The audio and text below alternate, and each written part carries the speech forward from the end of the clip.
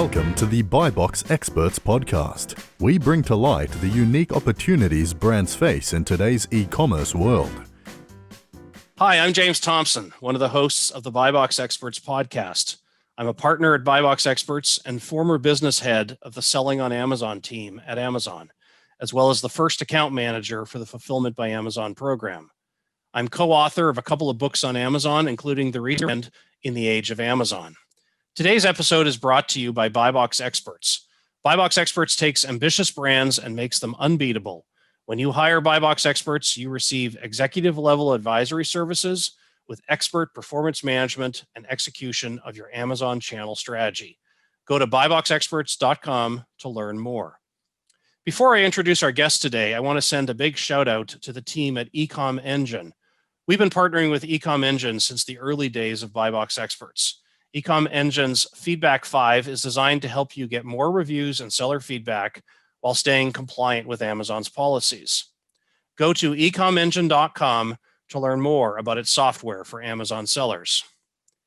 Our guest today is Lindsay Hampson, VP of Marketing at eBridge Connections. Previously, Lindsay worked in marketing roles at IBM and SAP. Lindsay's current firm, eBridge Connections, has developed a universal integration platform as a service and pre-built connectors to support brands that need data to flow from their ERP, CRM, and e-commerce shops, including allowing brands to integrate Amazon inventory, order, and financial information into their back-end systems. Lindsay, welcome, and thank you for joining us today on the BuyBox Experts podcast. Thanks for having me. Excited to be here. So Lindsay, our firm works with a number of brands that are used to selling their products through a network of distributors and retailers. When they first jump onto Amazon, this marks the first time that they're selling direct to consumer. They likely have back-end software that they're using for the rest of their business, but they're not sure how to pull in Amazon data into their reporting tools. How would your firm diagnose the likely needs of such a brand and what they're going to need in order to be able to operate effectively on Amazon? That is a good question. Number one, we work with lots of brands that have been supplying B2B for many years. Mm-hmm. And so they're not new. They haven't just started today. They've been doing this for quite some time. And they've maybe been selling to, let's say, Home Depot or Costco in store doing EDI. And so because they've been doing that and their business has been growing, they've used a big ERP. So maybe they have NetSuite or SAP or Sage, Dynamics, Okay. So that being said, we know these people well. We're actually kind of one of those people. We've been around for 28 years now doing EDI stuff like that. But the world's changed. So we see people in this weird flux where they're older businesses that have these substantial systems, but now they want to sell to Amazon because Amazon's everywhere, right? So part one was that they have these established systems in the back end, their ERP, but now they're flipping to this new stuff, e-com. And so right along with the trend, eBridge our company has also sort of got on trend, and we help people sell on Amazon as well. So the quick answer is volume. Honestly, James, it's all about order volume. So they're expecting to do D2C, so direct to consumer, and they think they're going to sell 5 orders a month.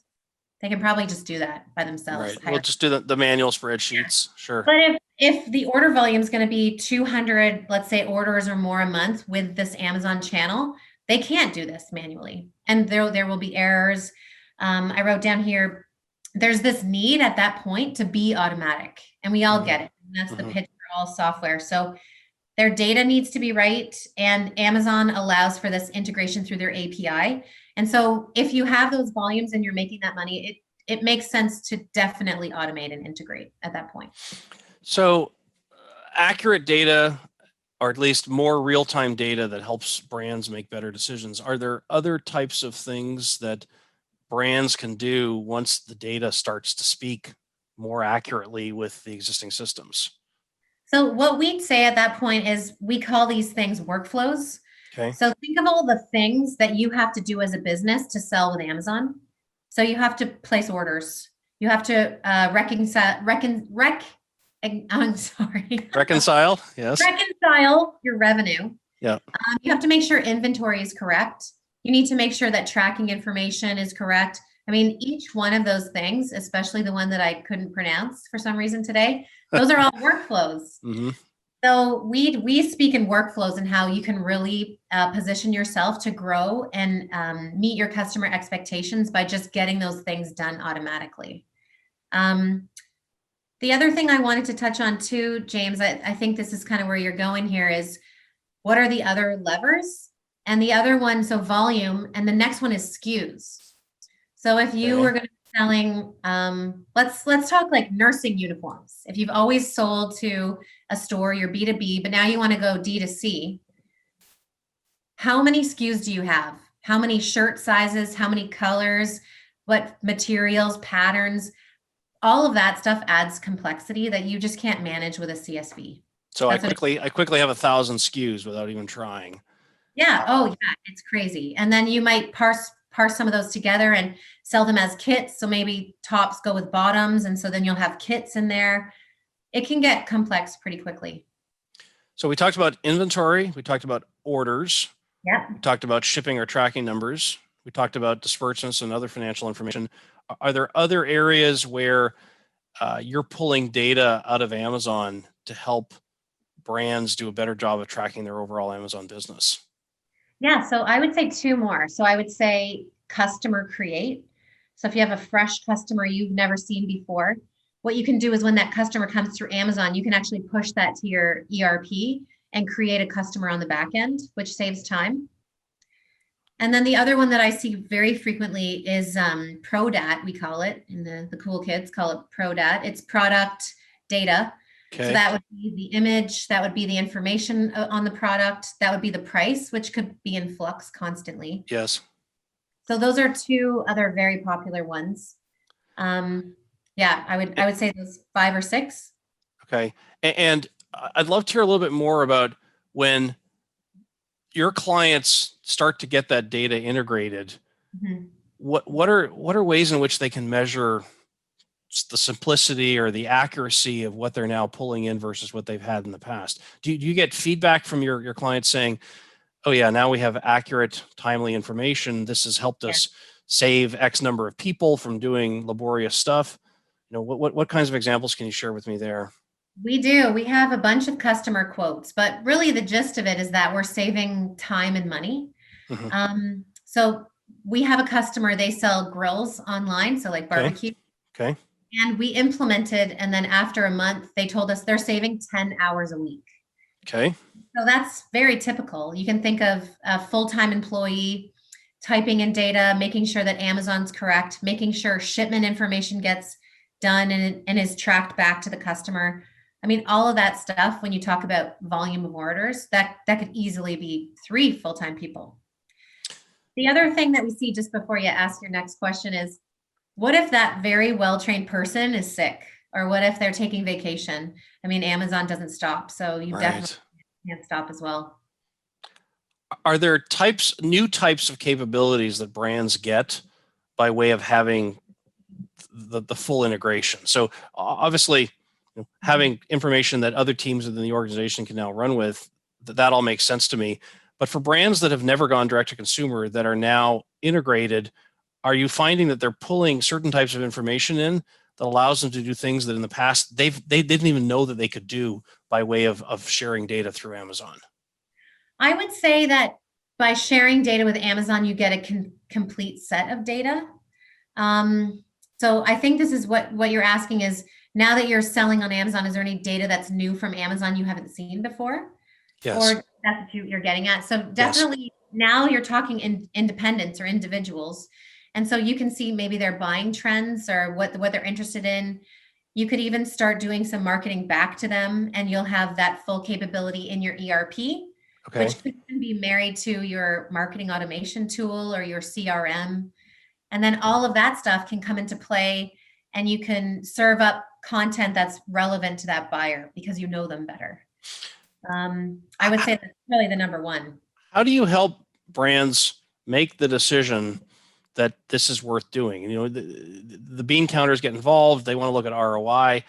You talked about the previous example where someone can say, we save 10 hours a week. Yeah. What are some of the other types of metrics that you encourage prospective clients to look at to work through what kinds of savings they're likely to have by making that API integration investment? So the key would be that volume of orders, and then it would be how many people are associated with those orders. And then the last bit is, where else are you selling? Because if you are only selling, let's say, to Amazon and that's it, and you have 5 orders a month, then it's okay. But because of integration, you can sell on multiple channels. You can have multiple Amazon stores. Maybe you're doing Amazon fulfilled by merchant and Amazon fulfilled by Amazon. Yes. You could do a Shopify store. You could sell on eBay. I mean, I think that's really where we're seeing the value too, where folks they have not just one channel anymore, right? They have so many channels now. We definitely talk about the savings of a person. And we even have a calculator, like an Excel spreadsheet, where we say, pop in your orders, pop in how much you get per transaction-ish, how much is a full-time person, and then we work out their cost savings over a few months. Yep. And it's pretty typical to see within, say, 6 months or a year that you're making it back and more. Are there costs that a brand will continue to incur, or types of cost, hidden costs they don't otherwise know about if they don't do the integration? You talked about labor cost of manually moving stuff, but are there other types of costs that they may not realize they're incurring? That's such a good question, actually. And that's not I've not been asked that before, but I really like that question, because I think people don't think about getting it wrong. I mean, this is such a funny time, but if a box arrives and I'm missing something and it's Christmas gifts and I'm missing like an LOL doll or something, I have 2 young kids. I mean, that matters. And so in this new world, you can't make a mistake. So I think the cost comes at customer angst, or angry customers, or poor reviews online. I think that's something people don't think about when they're in the B2B world. There's some forgiveness. But this new age where everyone has a voice on social media so quickly, you could get an @Twitter, people would be upset at you. I think that I would say, trying to think here. I think getting orders quickly, and then we can get into returns too, but that's a whole other can of worms. Well, let's talk about returns, because that's one of the types of data that we didn't talk about. And certainly for brands that are going direct to consumer, they may have a return allowance to their B2B clients, but now as a seller of record, they're going to have to do something with those product returns. So that's additional data that flows back and forth. Tell me a little bit about what you've seen from clients that are for the first time having to deal with direct to consumer, having to deal with product returns. This is data they don't normally look at. What does the world look like there? I would say this is the scariest point for people that are new to selling to customers. Definitely returns are a pain, and there's some stat out there that 30% of all online purchases will be returned. And folks are getting more savvy with feeling comfortable just returning something they ordered. Yep.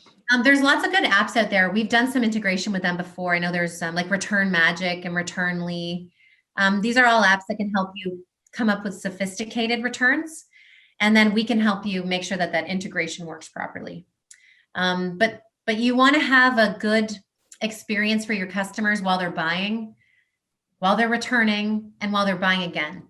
And so that middle part, you don't want to mess up either, because maybe they're just returning because they didn't fit them, but they're going to come back and buy because they had a great experience. Yep. Yeah. So let's talk a little bit about, I hire eBridge Connection to do an integration project for my brand. Help me understand what kinds of time and cost and people expense am I likely to incur within my organization in order to do, a fairly standard integration from Amazon into NetSuite, for example. Okay, that's fair. So let's talk about time first.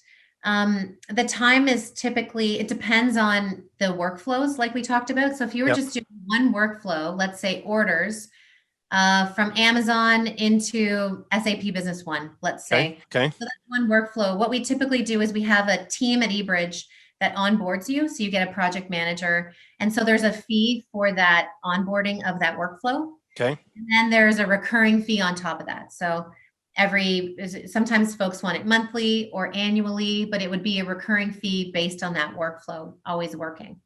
So that fee is to make sure the pipes remain connected as Amazon may change. Okay. It's like the turning on of the system. Yep. And then we have support. We're Canadian, and all of our support folks are in-house, but they're at their homes right now. But yes. so that's the cost, and Yep. then definitely the timeline is in flux. So we've done very quick integrations where it's been about 3 days, and that's for a simple workflow. And we have integrations that are very complex, lots of configurations, and it could be a year. We're pretty upfront with people. We don't bring on a new customer without really understanding the scope of what they're looking for. Yes. So based on that, based on our work with their side and our side, we have a good idea of timeline. Things speed up if we have it all built. So if you're connecting to an ERP we've done for 10 years, we're going to be pretty quick at it. That matters. And then the other part I was going to say was, typical. I would say the other thing too is that some folks will buy in stages, James. So they'll buy Amazon, SAP, they'll hook up 2 workflows. Okay. And then phase 2, they'll add their Shopify store. Okay. They'll do 2 workflows. Maybe they'll add a new workflow onto Amazon.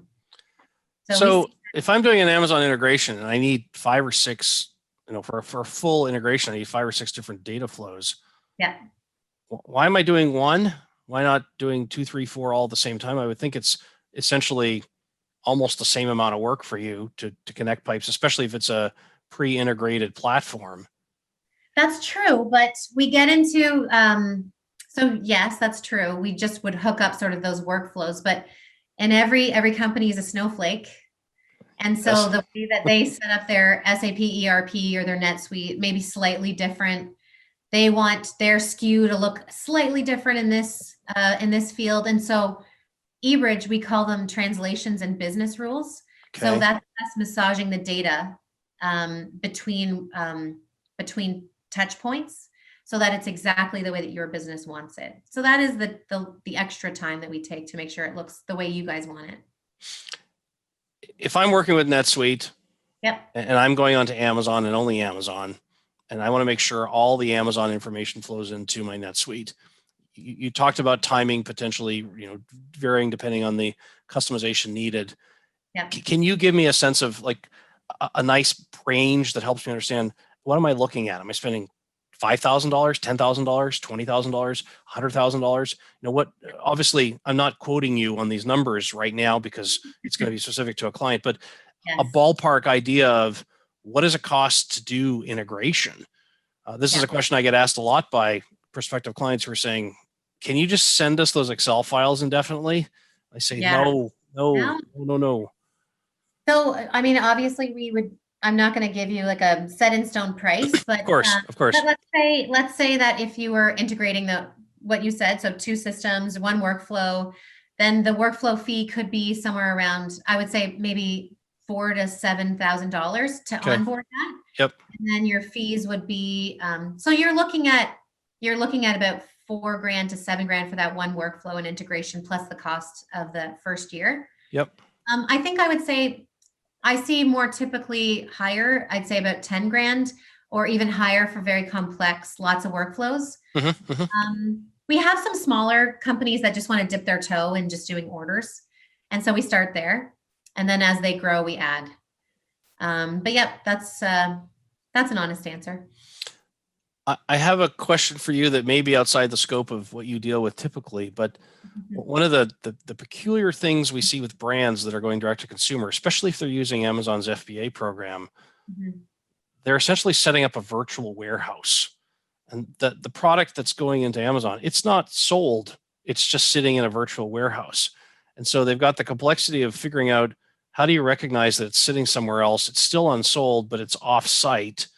Now the product starts to sell. I want to know when it's sold, but when it's sold is different than when I'm actually paid by Amazon for that inventory. There's a lot of complexity there. I'm sure you've had to work through these types of problems in the past for other clients. How do you help companies think through the logic of how Amazon makes data flow? That is to say, how they need to recognize things in very different ways than what they might be used to in other channels. That's true. So we rely on very smart people that have been working at eBridge for 28 years. Yes. That's true though, because I mean, although we come from the EDI world where we did stock the shelves of Home Depot and that's where we come from. I mean, all of these complex situations, we've been there, we've done it. We have lots of customers that have had wonky, very, very bizarre setups, and we live and breathe Amazon. And I know folks get confused with like Amazon fulfilled by merchant, Amazon vendor central, seller central. There's so many caveats here and there. So my answer would be that is why we take the time to sit down with you and talk about your flow. So we'll sit down with you and say, okay, so Amazon, you have this offsite virtual warehouse, which we've definitely seen before. And then at what point is Amazon alerting you? At what point do you need to reconcile? At what point are you expecting to be paid? I mean, all of that stuff we'll draw out in a map for you, and we'll talk about how things are going to happen. So it's almost like you're getting some consulting while you're going through our sales cycle.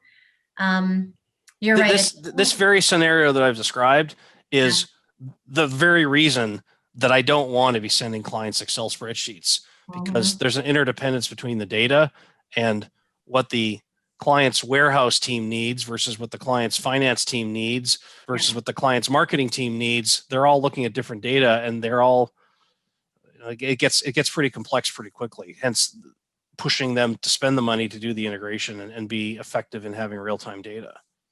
You know what? I asked our sales engineer a couple of days ago in preparation for this podcast, and he said to me that one of the key things is that you're getting this complete set of data. Whereas I think folks are hoping or expecting to be pulling like orders from Amazon in a CSV, and then they're expecting to be pulling inventory or pushing inventory, but the timestamps are all off. Yeah. So the API and integration allows you to just like get that complete set of give me everything. And then from there, you eliminate manual errors. You eliminate that weird stuff about time clips. Like maybe you pulled inventory like yesterday, but today at noon you pulled. So all of that stuff, you're sort of reforming it into coming in like the same wave, the same time. And he wrote this note, which I liked. So I wanted to say it's just not slick if you're doing it manually. Just, it's fast and consistent when you're doing it automatically. So. What is fascinating, brands are learning about Amazon for the first time when they go direct to consumer, but they're really learning about how they as an organization have so many different people touching every order or every unit of inventory that goes out the door. And so with a system like Amazon, where the API data is much more likely to be timely versus the batch data that's going to flow through a typical Excel download, where Amazon does disbursements twice a week, or it takes a few hours for them to update real time on Seller Central what the data is going to look like in terms of inventory. The actual accuracy of the data is often much, much better in the API, simply because it's constantly available whenever you ping the system. That's something that's often overlooked by companies that are used to doing everything manually within Seller Central. No, that's very true. That's very true. I'd like to shift gears here and talk a little bit about you and your experience working with brands. Tell me a little bit about, early in your career when you started working with brands. Was there a turning point where you said, actually, I'm good at telling the story, I'm good at helping brands understand what they're all about? That's not a skill that all of us will perfect. How did you get to the point that you felt comfortable talking to someone and digging into what their needs were and helping them identify a solution? I like that question. Talk about yourself. Talk about yourself. Rare. I went to university for communications and psychology, and I got into my master's going that social work kind of way. And the summer between my undergrad and my master's, I actually got a job in marketing at a software company. Okay. And I really liked it. So it's psychology. So then from there, I got to actually talk to and interview folks for a video so many years ago now. They sold cell phone covers, and I just got into it. And I think I like the spirit of the entrepreneur, or the entrepreneur within a bigger company trying to make something happen. So that's why, and I'm kind of a nerdy technical person. And so I have that going for me. And so kind of marry those two avenues. And I've had some experience. So I worked at SAP Business Objects, which was Bob J.